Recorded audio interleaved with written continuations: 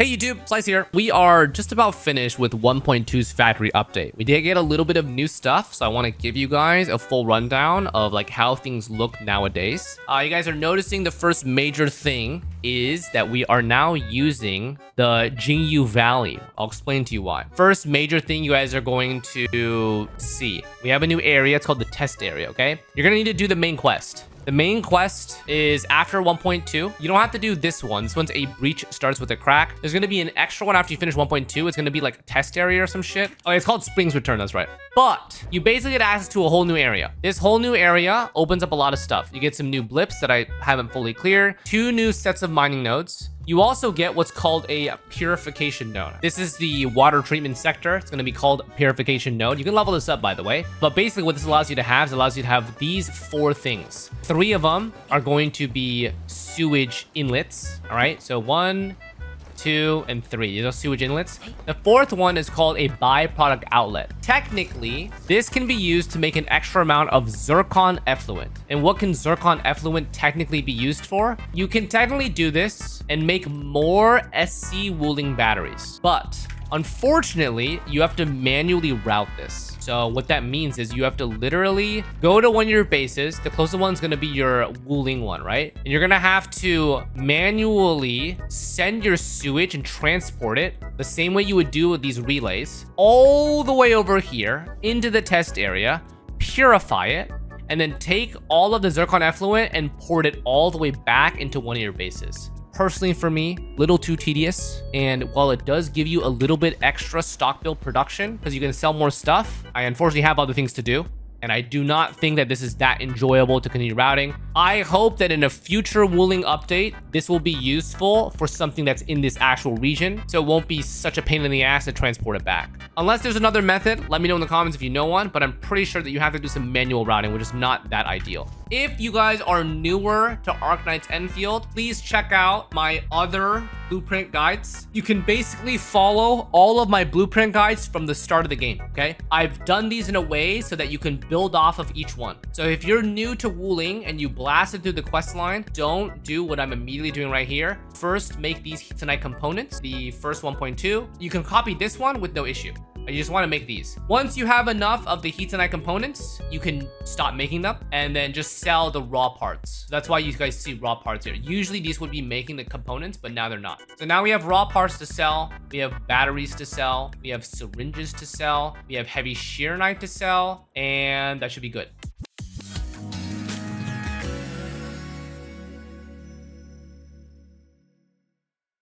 Quick homework, make sure that you get these mineral beds locked and loaded. All right, this is going to be 2 extra originium and we have 2 extra cuprium. Okay, that's the new stuff. The second thing to look out for is that we do have a higher regional development level. You're going to go from level 12 to level 15.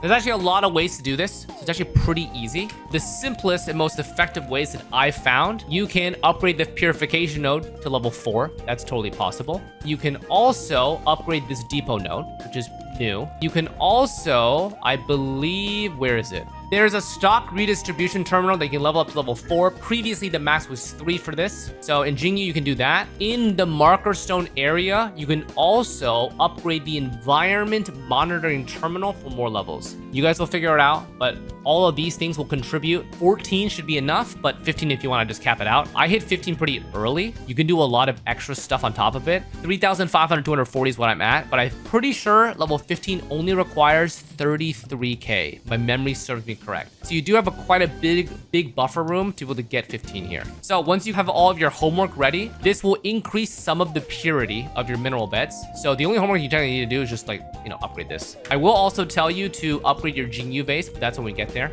If you want to, by the way, there's probably some people who show you how to do this on YouTube. Go for it. You can totally do it. I don't think the production is worth it right now to set up a very long-winded system through your multiple regions. So I'm just going to stick with what we have in our actual sub-PACs. Okay, so let's go to the marker stone. This is where we technically left off. I'll show you a little bit of some stuff. So first things first, you guys will notice once you update the region, in order to unlock the test area, you actually need what's called liquid heavy shearnite. So if you remember my previous base, if we take our 1.2 Hitocom, All right, guys, remember you can overlay it like this and you guys can see where things changed, right? The reactor crucible up there is a little bit different. So basically all we did, we took the Forge of the Sky and we broke it off. You just need a reactor crucible here. All right, it's very simple. You put a little acid thing and then the fluid tank does it. This acid tank, you just add one on this side. It's very simple. You guys notice that I have one extra pump over here. I don't need to handhold you through this specifically. Just know that in order to make your liquid shearonite, this is one of the easiest ways to do it. And then once this is blocked, by the way, you're not wasting anything. You just have the Forge of the Sky, put it back into here, and then you just sell it. When you go to this fluid tank, it's very simple. When you walk up to it, here, I'll show you. Okay, so this is the fluid tank that you just saw, right? If you press F on it, if you take some bottles, let's say for example, I have some Farium bottles, right? I put them in my backpack. All you gotta do manually. And that just turned 50 into another set of liquid heavy shearonite. I only used a very small amount, but I think what's more than enough is 200. You can also transfer this from Valley 4, but you should have an extra amount of bottles. Just click here, boom, fill the fluid, boom, done. So that's the small change for this specific area. Once this is filled to 500, by the way, it won't produce any more. That's why I just left it as is. You can completely delete this if you want. It's no big deal. I just left it here for proof of concept, so just so you guys can see how to do it. You can do it through a bottler thing, but I think it's very easy to just manually do it because you're not going to make an infinite amount. You don't need that much. So next thing is Jingyu Valley. Previously, we did not use this base at all, but we have some new updates, okay? In the Wuling AIC plan, in the bottom right here, behind my avatar. Forge Expansion 4. Research this, you get +4 to the limit. So now you can have 12 on your map. So this means that we have a lot of extra things. Let me show you. Updated AIC report.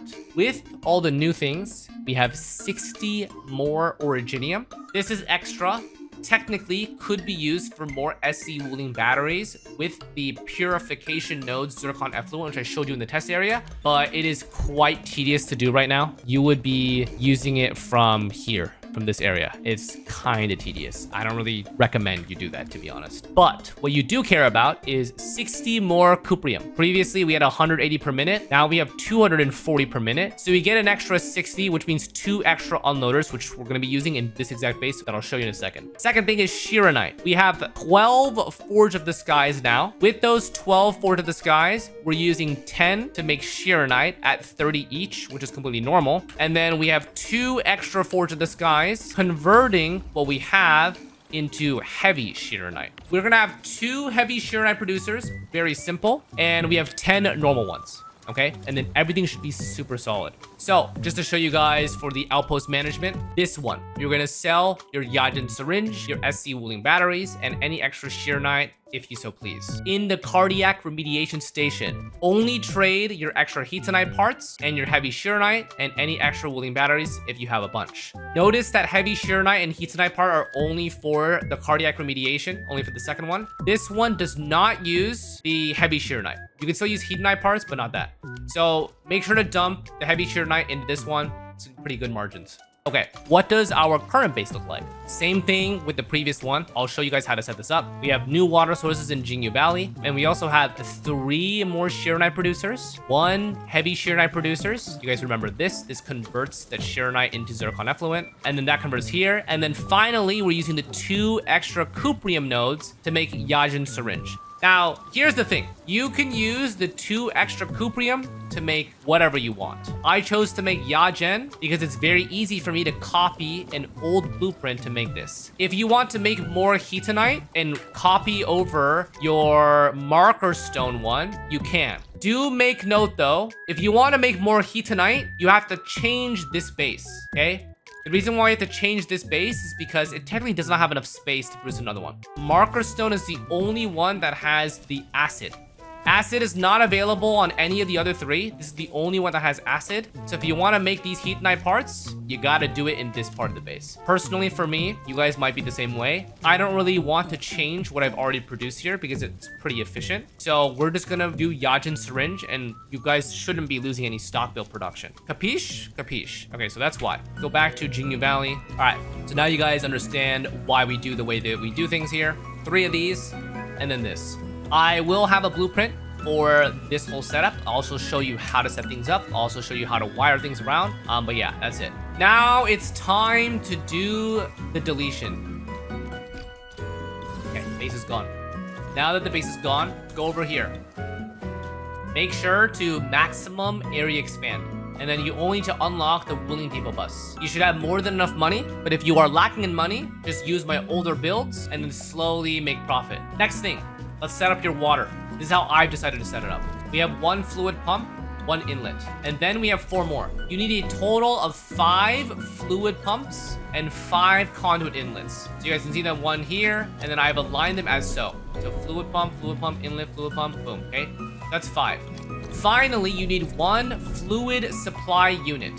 I think some people in previous videos were doing this a little bit funkily. I want to make sure you guys know there's a different thing, okay?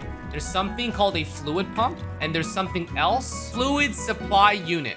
I saw some people getting confused about this. It's different. You need a fluid supply unit in this spot to drain things. Then you need an outlet here, okay? This is gonna drain the water back because we have a little bit of excess water. We don't wanna clog our stuff. Get that ready. 5 fluid pumps in this orientation, and then 1 fluid supply unit to take water back, okay? Next thing, when you do caps lock here, you should see your water sources at the bottom left. Move your AIC down to the bottom left, okay? One thing I didn't mention, I'm really sorry about this. You're gonna need more power. You guys notice that my power is now at 9.8k. It's about 6,680, but 6.7 rounded up. 6.7, yeah, true. 3 thermal banks are needed now, okay? 3 thermal banks. I just added this one. It's very simple. You guys can do it yourselves, okay? Just add 1 more thermal bank. You don't have to use the highest tier battery. You can use the lowest tier. I use the highest tier because I don't want to think about it. If you use the lowest tier, you're gonna have to produce it, or you're gonna have to transfer it, or do whatever. I just use the highest tier. It's super easy. Just do it like I do it, and you never have to worry about it. Boom, GG's, easy, okay? Back to GU Valley. Now that we have energy. Now that we are here, remember, rotate, sub PAC bottom left. We have 5 water sources. We have 1 fluid supply into it. Don't make this mistake. Don't do another fluid pump. It doesn't work like that, okay? These are gonna be 5 inlets and 1 outlet, all right? Now, very simple. Take the 1.1 Sheer Knight blueprint that we've been using since day 1. Rotate it once. Put it. 1, 2, 3. Beautiful. Okay.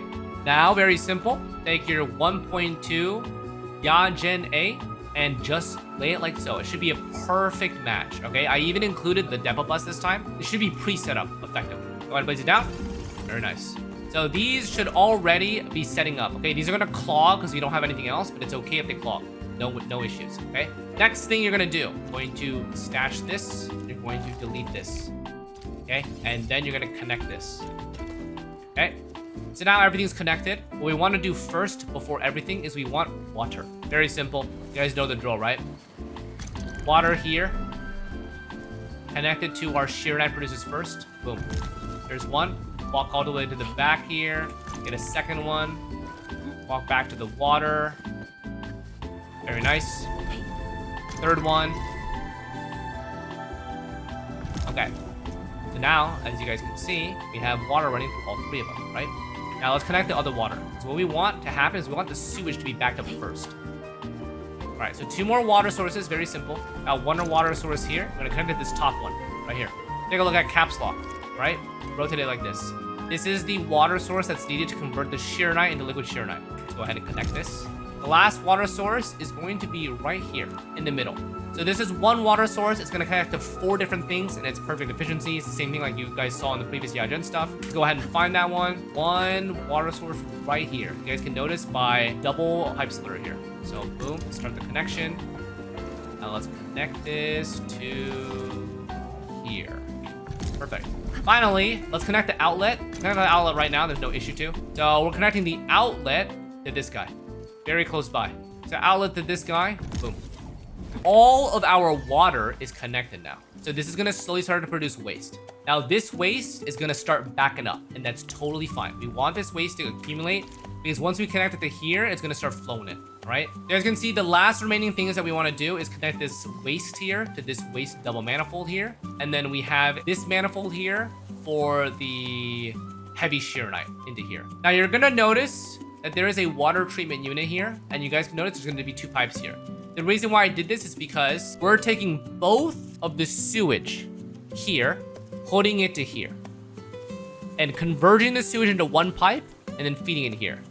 This will help the expanded crucible start lining up its stuff as soon as possible, okay? Once we start to even out, we're gonna convert it back into the water treatment unit so it doesn't clog. Now, here's the thing. You can very easily place a water sewage treatment here and just do a single inlet and do a single outlet here and not do this complex contraption. But I just like the efficiency. So you don't have to do it this way. Like in my brain, I'm thinking to myself, well, I'm gonna take all the sewage out of this anyway. I don't want to pick favorites when it comes to which refining unit. It's just a personal thing. You can very much just have a normal sewage unit here and a singular inlet outlet. No issues at all. You can delete this and put this over here. All good. I just like the way that it looks. It's a personal preference thing, not any more efficient. Okay? Okay. So now that that's set up, let's go ahead and set up our Sheer Knight stuff. You guys know the drill here. Let's do Sandleaf here. So first up, Sandleaf. This is going to be either Jinsao or Yagen. Pick and choose how you please. Sandleaf here. All right, boom. And then last one is up here. Okay, beautiful. So now that these are producing, this is going to produce Sheer Knight. This is going to produce Sheer Knight. This is going to produce Sheer Knight. Let's have this operate really quick. It's going to start catching up. What else did I miss? We missed one thing here. We want to make Yagen here. So let's add our Yagen here. Yagen, boom. All right, because these are infinite producers, we're never going to run out, so don't worry about this. This already has water from the single source, so we're good here. So this side is now going to start to produce Yagen perfectly fine. You guys can notice that the copium parts is going to start to be backed up here, completely fine. But don't worry, this will catch up over time. So now we're going to make this stuff. So we're starting to load up some Sheer Knight here, and we're starting to make liquid Sheer Knight, but nothing else is being produced. So now that this is happening and nothing's happening here, okay, we are going to need to link the sewage. Let's do that right now. Things are starting to work out. So we're going to take our sewage right here. So this is our sewage producer. We're going to start the conduit connection and we're going to link it to this big boy over here. All right. And then finally, the last bit is we're going to link this guy, this big boy, into here, very close by. All right, so now that we have everything connected, Zircon Effluent connect here, boom. Now we should be seeing this thing. Make sure if this is not selected, by the way, make sure the Zircon Effluent is going to the orange tab and the inert Zircon Effluent is going to the yellow one, okay?